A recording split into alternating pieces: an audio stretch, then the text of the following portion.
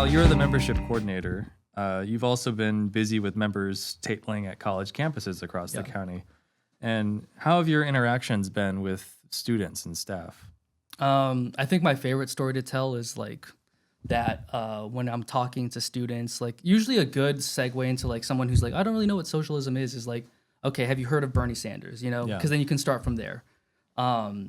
The funny story is that like because these are like students who are like 17, 18 years old. Right. So many of them are like, no, I've never heard of Bernie Sanders. Yeah. Which is like, oh, I'm like so old. I'm That's so close crazy. to death now. We're over the hill, man. Yeah. So the idea that people don't know who Bernie Sanders is insane. But I mean, the 2020 election, the last time he was like really out there was 5 years ago. So if they're 18 years old, they were 13, probably not involved in politics. But there's that cohort of people, and then there's people who are just like generally interested in like, okay, well, anti-ICE, especially with ICE activity. Like I think a lot of people were politicized through that.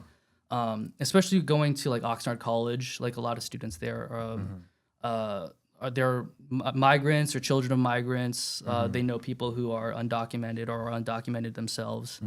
So kind of seeing that like, okay, that's like a starting point for a lot of people is like anti-ICE activity. And generally there is like a hunger for something, to do something. And I think a lot of the time they feel powerless, like, oh, what can one individual do? Yeah.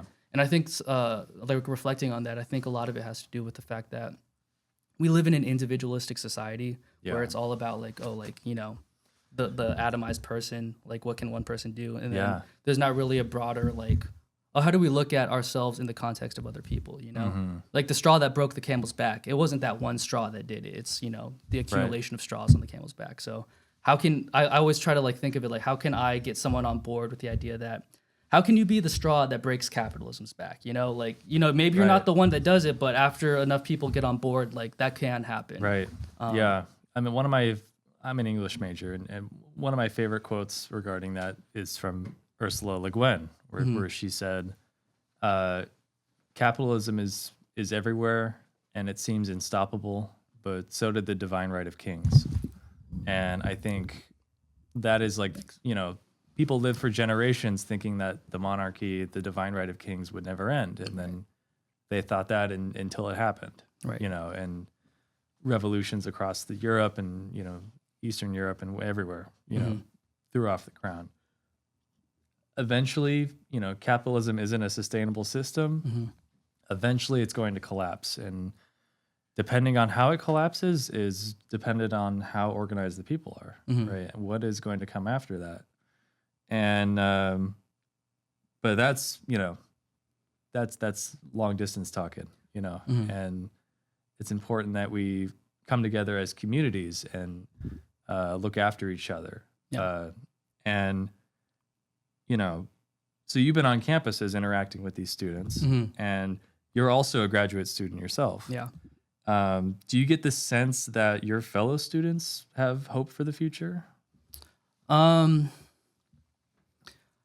think maybe because I'm in a graduate program, it's a little different. Like there's more buy-in at that point. Like I wouldn't be doing this if I didn't think like something would come out of it. Yeah. I think going to college in general, like it implies that, oh, like there's a future that I'm working towards. But in terms of like a future that they're happy about politically, where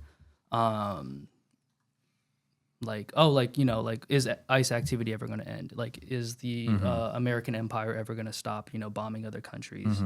I don't know if that's the case. I have some people who are like really like fired up, and others who just kind of take a step back and there's nothing, you know, nothing I can do. Like, I'm just going to kind of keep my head down.